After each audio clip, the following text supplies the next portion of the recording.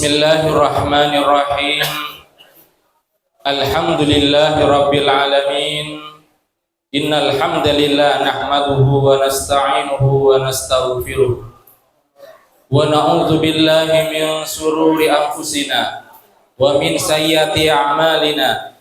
May yahdihillahu fala mudilla lahu wa may yudlil fala hadiyalah. Asyhadu an la ilaha illallah wahdahu la syarika lahu wa asyhadu anna Muhammadan abduhu wa rasuluhu la nabiyya wa la rasula ba'da.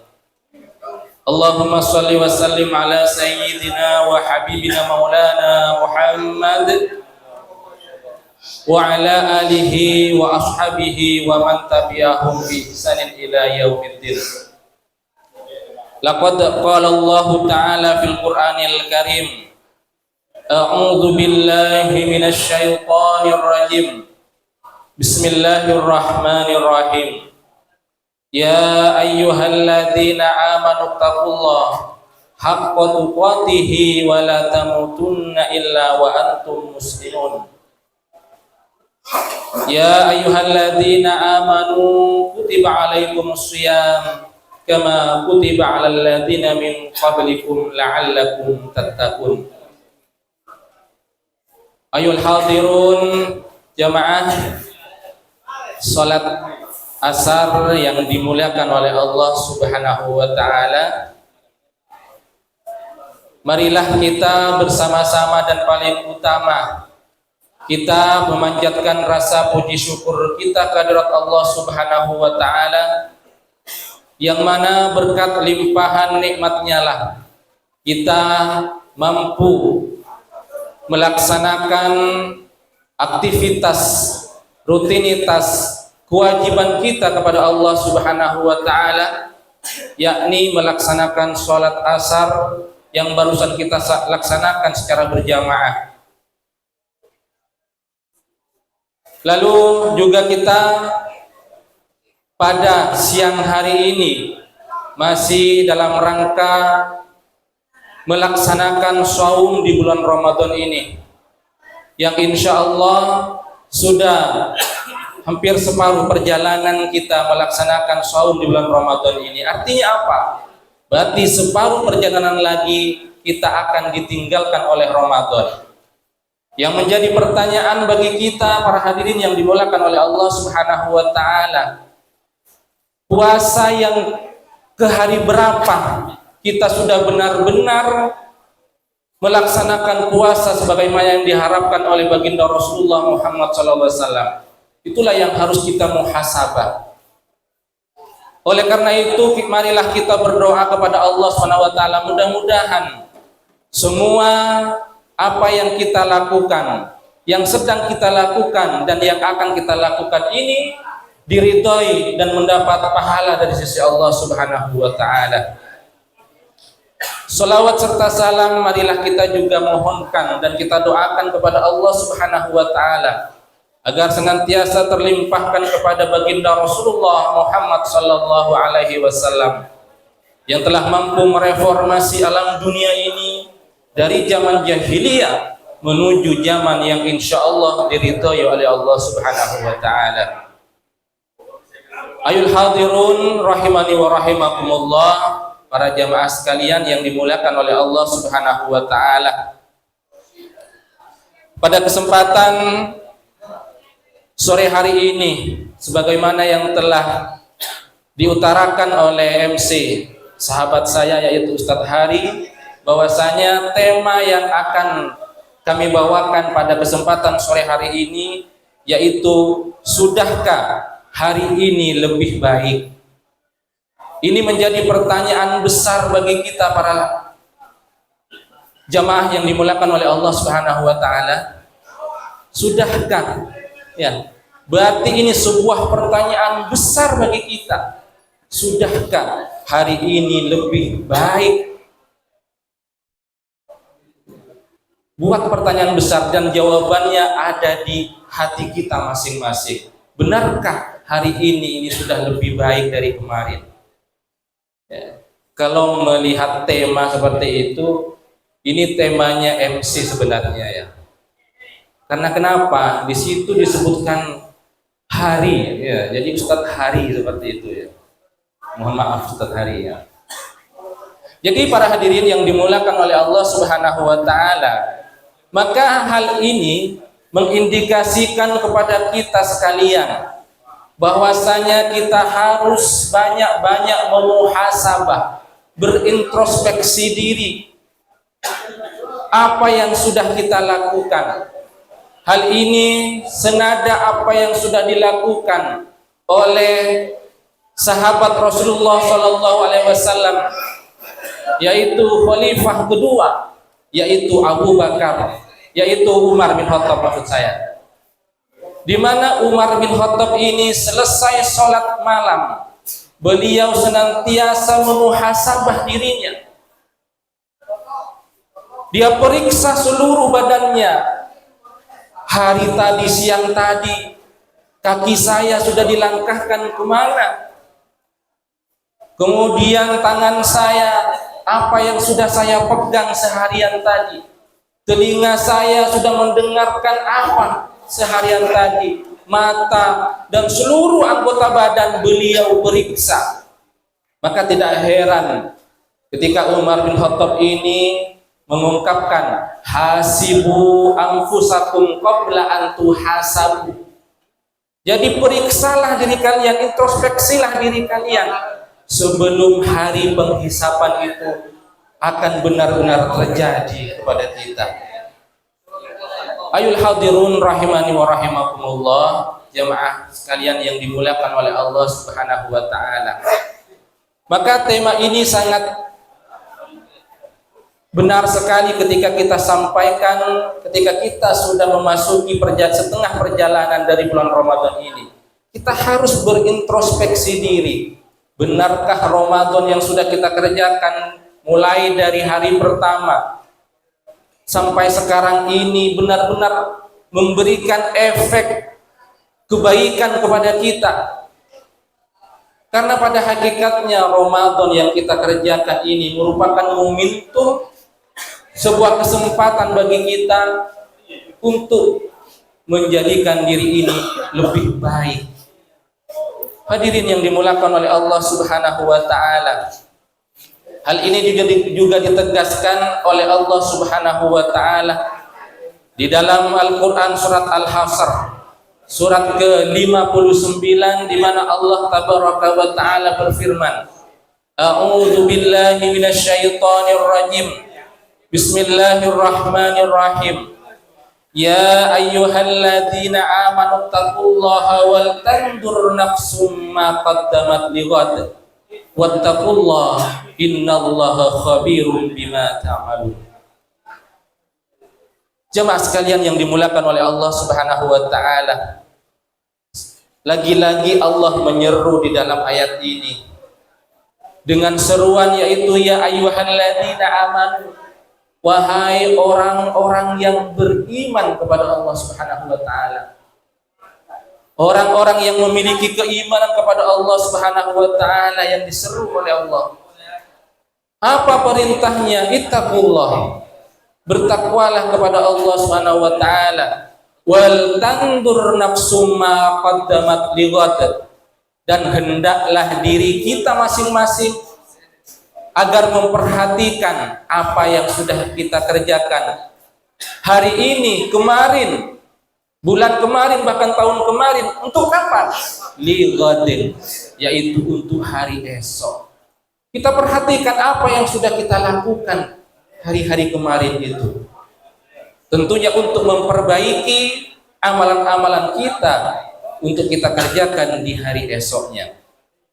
Wattaqullah, maka di sini ditegaskan lagi oleh Allah Subhanahu wa taala, maka bertakwalah kepada Allah Subhanahu wa taala. Benar-benar takutlah kepada Allah Subhanahu wa taala. Karena kenapa? Innallaha khabirum bima ta'malun. Karena Allah itu mengetahui apa yang kalian kerjakan. Apa yang kita lakukan, baik itu tersembunyi maupun terang-terangan, tidak ada yang lepas dari pandangan Allah Subhanahu wa taala. Mungkin kita, mohon maaf, misalnya tidak berpuasa, kemudian sembunyi di kamar mandi, menegak air misalnya minum. Mungkin teman kita tidak ada yang tahu. Kita bisa beralibi, kita bisa beralasan, saya puasa, saya masih kuat sampai sekarang misalnya. Padahal di kamar mandi tadi itu kita minum misalnya. Ya, misalnya minum, tidak ada yang tahu. Dilap aja bibir kita sudah kering misalnya. Tidak ada yang tahu. Tapi bagi Allah Subhanahu wa taala, khabirum bima ta'malun, mengetahui apa yang kalian kerjakan. Tahu Allah Subhanahu wa taala. Selalu dipantau oleh Allah Subhanahu wa taala. Maka CCTV Allah Subhanahu wa taala ini meluas. Kalau CCTV manusia mungkin hanya di tempat-tempat tertentu. Bisa kita menghindari, misalnya kita menutupi CCTV yang buatan manusia, kita sudah bebas, sudah lepas. Tidak ada pelanggaran mungkin bagi kita. Tapi bagi CCTV-nya Allah Subhanahu wa taala, kita tidak bisa mengelak itu. Hadirin yang dimulakan oleh Allah Subhanahu wa taala, maka dari ayat ini sudah jelas bagi kita, tidak ada yang lepas dari pantauan Allah Subhanahu wa taala.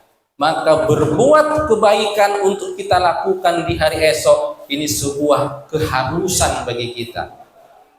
Ma'asyiral muslimin, jamaah yang dimulakan oleh Allah Subhanahu wa taala.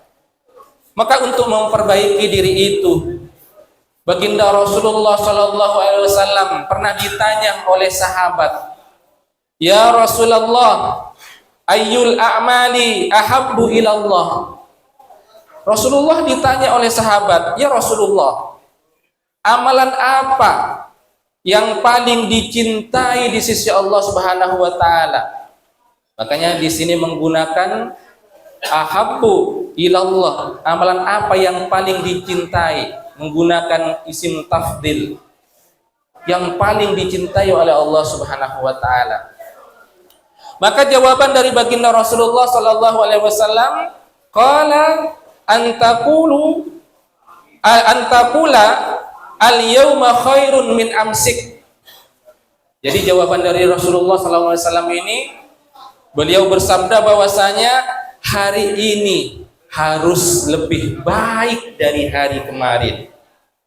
Itu jawaban dari Rasulullah ketika ditanya oleh sahabat, amalan apa yang paling dicintai oleh Allah Subhanahu wa taala.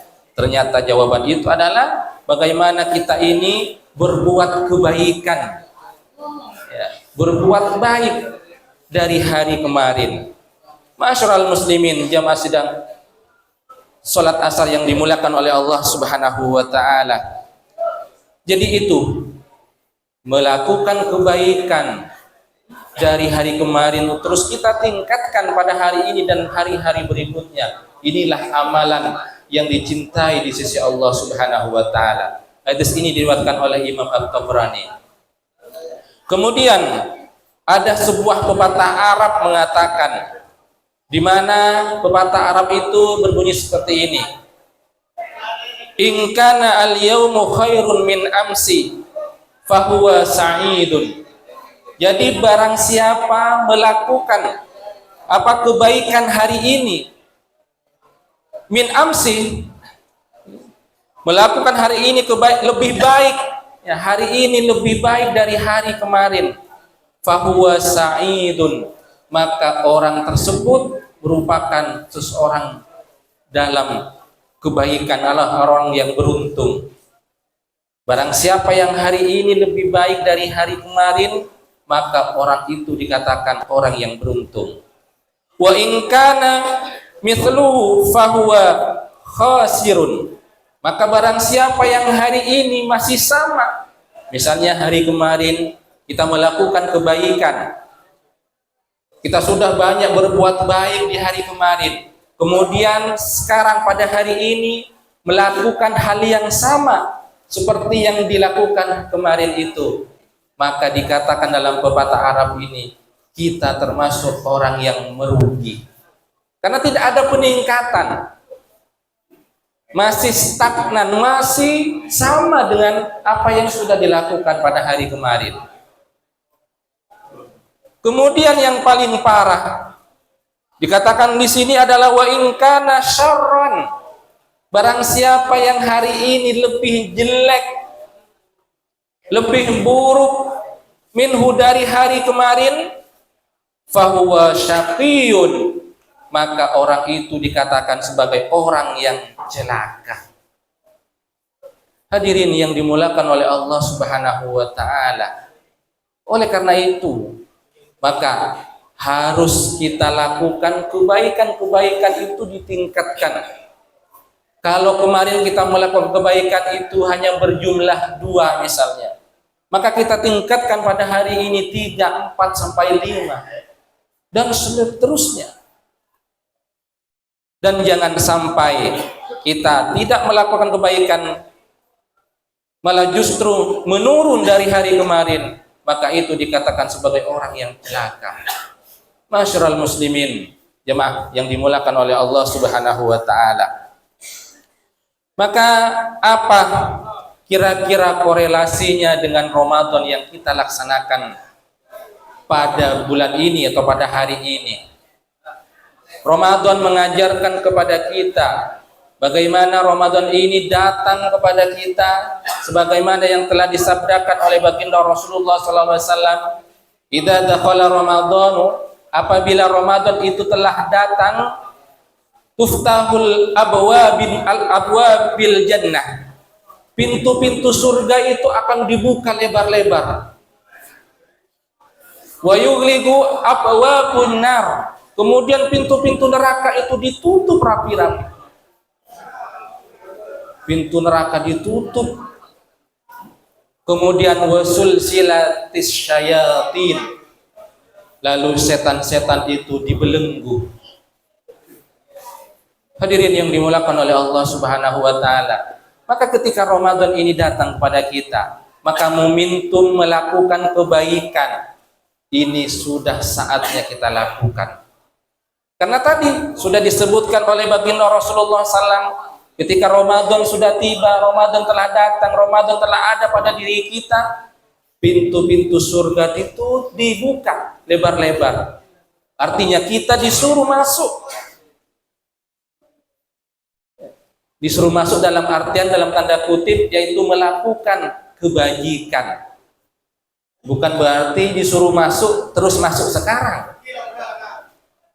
Ya, khawatir kalau disuruh. Pintu surga sudah dibuka. Barang siapa yang mau daftar ingin masuk, dipersilahkan misalnya. Ada yang berani?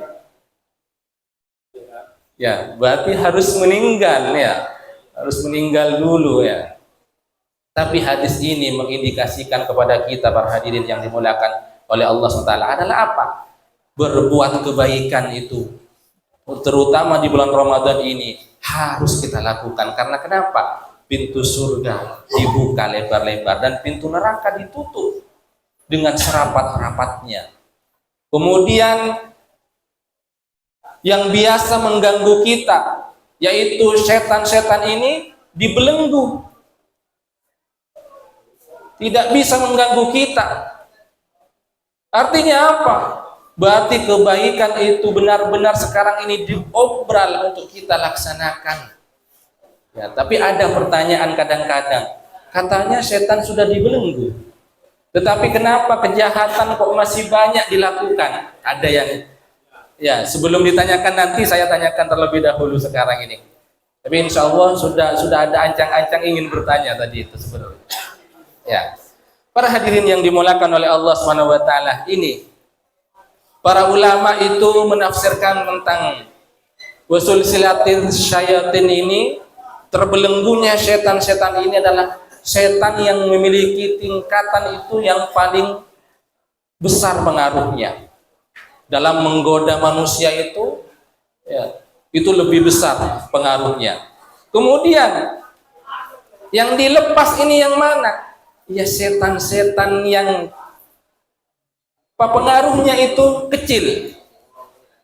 Ya. Makanya kita terkadang banyak alasan Saya ini berbuat seperti ini karena setan yang mempengaruhi saya. Kadang-kadang seperti itu. Padahal katanya di bulan Ramadan setan-setan sudah dibelenggu. Jadi ini para hadirin yang dimulakan oleh Allah SWT, penafsiran dari ulama seperti itu. Ya, jadi setan-setan yang dibelenggu di sini adalah setan yang memiliki pengaruh yang besar itu. Ya, dikunci oleh Allah Subhanahu wa taala. Ya. Tapi yang mengganggu itu adalah setan-setan yang pengaruhnya kecil. Oleh karena itu para hadirin yang dimuliakan oleh Allah Subhanahu wa taala, jadi kalau kita terpengaruh dengan bisikan-bisikan setan yang pengaruhnya kecil ini, sudah kita tidak lolos, apalagi setan yang memiliki pengaruh besar ini tentunya akan lebih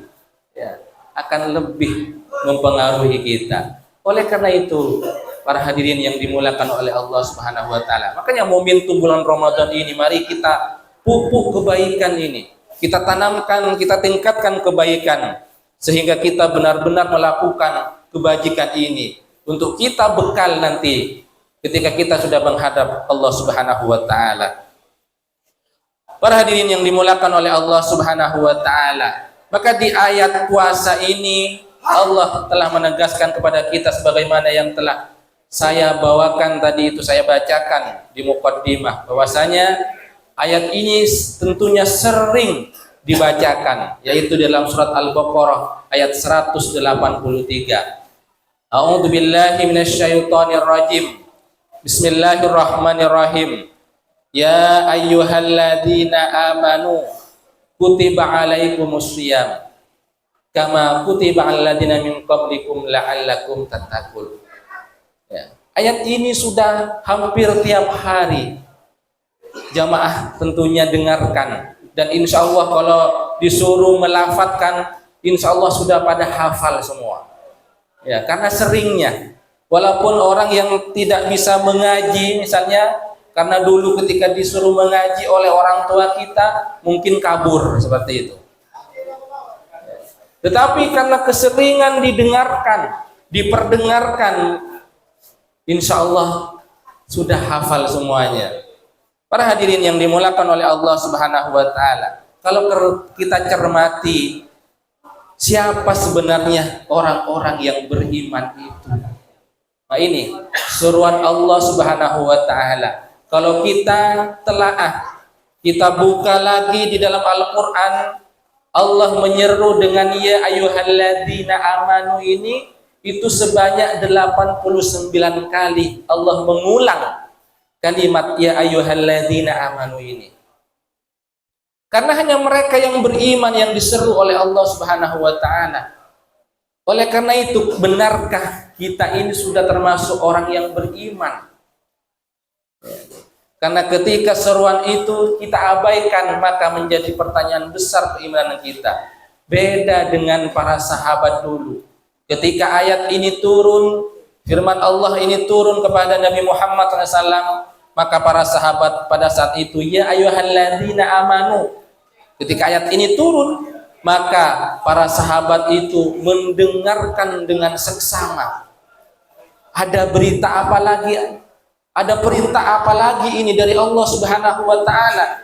Karena setiap ayat yang berbunyi ya ayyuhalladzina amanu ini mesti ada perintah atau larangan dari Allah Subhanahu wa taala. Itu jadi kualitas sahabat ya. Pada zaman dulu itu seperti itu. Ketika datang wahyu yang dibuka dengan ya ayyuhalladzina amanu, mereka menyimak dengan seksama. Kalau sekarang kita bandingkan ya, makanya ketika dibacakan ya ayyuhalladzina amanu mungkin masih kadang-kadang kalau yang di luar sana masih main HP misalnya. Atau main yang lain-lainnya, tidak mendengarkan, tidak menyimak dengan seksama. Akhirnya apa yang diperintahkan oleh Allah SWT sering kita langgar, sering kita abaikan. Para hadirin yang dimuliakan oleh Allah Subhanahu wa taala. Oleh karena itu Al-iman ini menurut Imam Al-Ghazali di dalam kitabnya yaitu Ihya Ulumuddin membagi iman ini kepada dua. Ya. Hadirin yang dimulakan oleh Allah Subhanahu wa taala. Apa saja kata Imam Al-Ghazali dalam Ihya Ulumuddinnya ini? Al-imanu nisfani. Ya. Iman itu ada dua bagian. Nisfun syukrun wa nisfun sabrun. Maka sebagian itu adalah syukur, kemudian sebagian yang lainnya, yang kedua adalah sabar. Ini yang diutarakan, yang diungkapkan oleh Imam Al-Ghazali dalam kitabnya Ihya Ulumuddin pada jilid keempat. Jadi hadirin yang dimulakan oleh Allah Subhanahu wa taala, maka iman ini memiliki dua bagian. Bagian yang pertama itu adalah syukur. Bersyukur terhadap apa yang telah diberikan oleh Allah Subhanahu wa taala. Apa-apa yang sudah diberikan kepada kita berupa nikmatnya, tentunya kita harus bersyukur. Di dalam ayat Allah Tabaraka wa taala telah menegaskan kepada kita, la in syakartum la azidannakum wa la in kafartum inna adzabi lasyadid. Jadi itu, barang siapa yang bersyukur terhadap nikmat Allah Subhanahu wa taala yang diberikan kepada kita, la azidannakum, kata Allah Subhanahu wa taala. Di sini Allah menegaskan dengan menggunakan dua kalimat taukid. Ya, lam dan nun tasdid. La azidannakum. Kalau kalian itu bersyukur kepada nikmatnya Allah Subhanahu wa taala, Allah akan menambah kenikmatannya. Namun sebaliknya para hadirin yang dimulakan oleh Allah Subhanahu wa taala, wala in kafartum. Tetapi jika kalian itu kufur, kalian itu ingkar, tidak mengakui terhadap nikmat Allah Subhanahu wa taala dan mengaku bahwasanya kita sehat, kita hidup sampai sekarang ini merupakan kekuatan saya misalnya, karena saya rajin olahraga, saya rajin minum obat. Misalnya seperti itu, tapi tidak ada campur tangan dari Allah Subhanahu wa taala, maka itu dikategorikan sebagai orang yang kufur nikmat. Maka wala in kafartum, barang siapa yang kufur terhadap nikmatnya Allah Subhanahu wa taala, inna adzabi lasyadid. Maka kita harus siap-siap bahwasanya adab Allah itu amatlah pedih. Hadirin yang dimulakan oleh Allah Subhanahu wa taala, kalau kita cermati dalam ayat ini, mungkin kalau kita dulu belajar di sekolah SD misalnya, dalam pelajaran bahasa Indonesia, di mana ada kalimat sinonim dan antonim misalnya. Ada kalimat yang sama kemudian ada kalimat kebalikannya. Maka di sini ketika berbicara masalah syukur terhadap nikmat Allah Subhanahu wa taala, maka bukan antonim, bukan kebalikan yang diberikan oleh Allah SWT. Logikanya apa? Ketika tadi kita itu bersyukur, Allah akan tambah nikmat kita. Tetapi barang siapa yang kufur, mengingkari terhadap nikmat Allah SWT, bukan dikurangi di situ. Ya, bukan antonim, bukan kalimat antonim, bukan kalimat kebalikan di situ. Tetapi ancaman Allah Subhanahu wa taala, yaitu azab Allah Subhanahu wa taala. Inilah para hadirin yang dimulakan oleh Allah Subhanahu wa taala. Makanya kita harus benar-benar bersyukur. Sekecil apapun nikmat yang kita berikan, kita bisa menghirup udara sampai saat ini merupakan karunia, nikmat terbesar dari Allah Subhanahu wa taala. Coba kita bayangkan bagaimana ketika oksigen ini tidak diberikan oleh Allah Subhanahu wa taala. Kita terbaring di rumah sakit memakai oksigen yang dari tabung itu sudah berapa rupiah yang harus dikeluarkan. Tetapi kita diberikan oleh Allah SWT secara gratis. Maka kita sudah terkategorikan sebagai orang yang kufur kalau